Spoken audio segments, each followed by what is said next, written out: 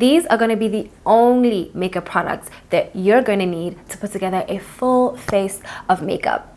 Allow me to help you build your makeup kit.